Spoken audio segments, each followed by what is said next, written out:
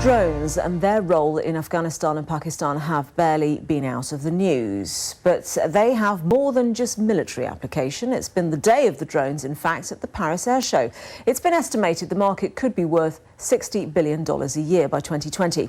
At the moment, the United States and Israel have a near monopoly. But European players are trying to carve a place for themselves. From the air show at Le Bourget, our Europe business correspondent Nigel Cassidy has been checking out two unmanned vehicles at very different ends of the market.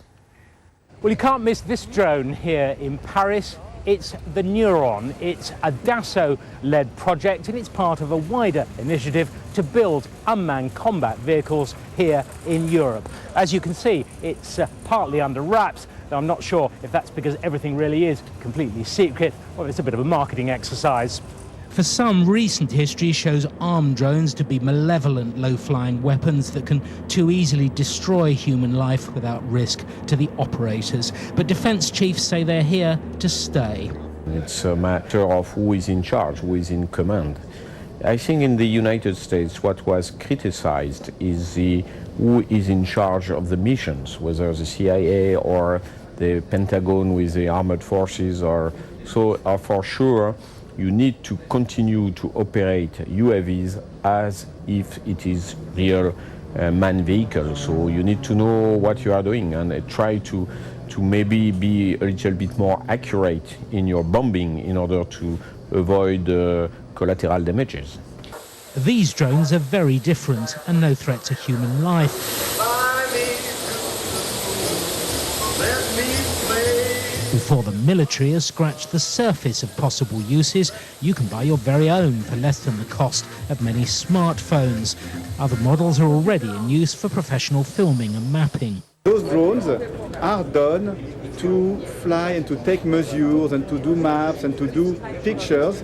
And of course, at the beginning, it's for very precise businesses, but small. But on the future, for example, it may be very useful for agriculture. For example, if you want to harvest a field, if you have a very clear picture of the field the day before harvesting, you can know exactly where to harvest it. So on the future, the usage of drone is probably very wide. Now, drones may give us a unique new view of the world, but the future picture is a little clouded.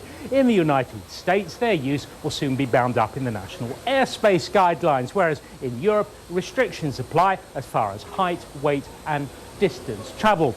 That means for now, drones may stay, the commercial ones at least, rather close to the ground.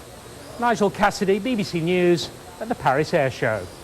Nigel there with his feet very much on the ground, one can only hope. But it's not just Western countries joining the race to develop this kind of technology. Africa, it appears, is now in the game. Ivor Ichikowitz is executive chairman of South African defence and aerospace group Paramount, which is itself expanding into the drone market. Welcome to the programme. Why? Why is it so attractive? Drones are going to become a very, very important part of the future of security and defence. And I think that as countries, as governments realise the value of human life, they want to take the man out of the interface as much as possible and take people out of the danger line. So drones are going to become a reality of our lives into the future, as are unmanned vehicles, as are unmanned boats, as are unmanned everything in the battle space. There is a very large debate over the legality of the use of them in a military context, but also people worry about them in any context because they fear that human judgment is taken out. This isn't true. At the end of the day, a drone is not a robot. A drone is an extension of a human being. There's somebody sitting on the other end that is watching what's going on, that's making decisions. Sure, judgment is impaired by the fact that you're looking at the world through a tube. But as drone pilots and as operators become more efficient, the drone becomes an extension of the human being. You're certainly not taking the man out of the interface. So it's not really a reduction of manpower, it is the increase of security, as you said. What you're doing is you're taking a human being out of the line of fire. And I think that part of the problem of war historically was conventional war, and there were rules. Today there are no rules. And because there are no rules, you want to take human beings out of the line of fire as best you can, and that's the role that UAVs and drones and other robotic instruments of war are going to be able to play. We've said here that the United States and Israel are particularly interested in this market. But what other countries do you see entering? People perceive these devices to be incredibly high-tech. Today they're not. They might have been incredibly high-tech 5 or 10 years ago. Today, we in South Africa produce a whole range of UAVs and drones. We have incredible robotics technology in Africa. The United States and the US have always led the way because they've been, they were the first to determine the importance of using these things on the battlefield. But I think that this is going to become the norm. I think that you're going to find less and less production of manned equipment and more production of unmanned equipment. And we will slowly learn to accept it because it is slightly spooky, isn't it? It's spooky because science fiction makes it spooky. You know, unfortunately, there's a lot of myth about what these devices can do. Today, what a modern drone can do, most satellites can do anyway. So you're not dealing with technology that is so advanced or so dangerous that it's any different to what's available anyway. Thank you so much for joining us.